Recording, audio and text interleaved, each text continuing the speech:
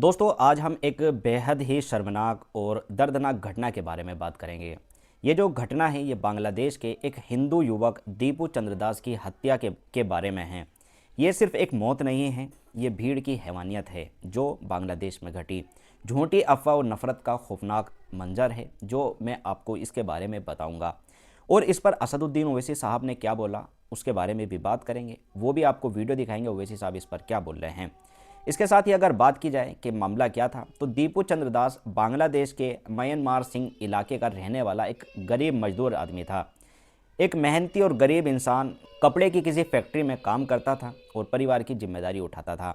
फिर एक दिन अचानक एक अफवाह फैली, और अफवाह क्या फैली कि दीपू ने इस्लाम के बारे में कुछ आपत्तिजनक बात कही है। ये जो अफवाह थी ये बिजली की तरह फैल गई। इसके बाद एक भीड़ निकली, इकट्ठा हुई और उसने ना दीपू को सुना और ना सुनने का मौका दिया और सीधा जाकर दीपू को जलाकर मार दिया। यानी ना कोर्ट गए, ना कानून की कोई प्रक्रिया स्टार्ट की गई, सीधा उससे बेरहमी से पीटा गया, पेड़ से बांधा गया और सीधा जला दिया गया।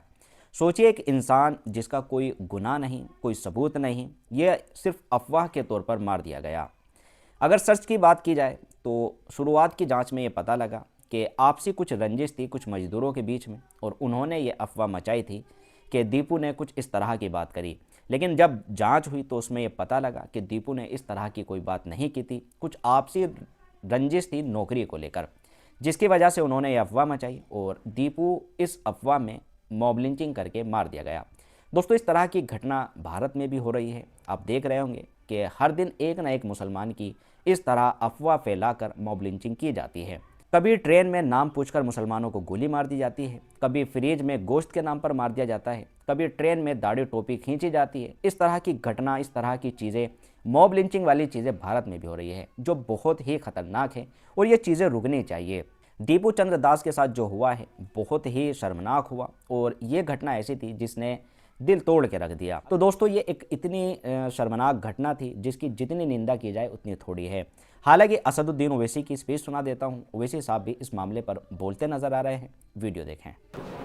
After the death of the ex-prime minister in Bangladesh, our foreign minister has went over there, and we hope that there will be no further deterioration in relations between India and Bangladesh.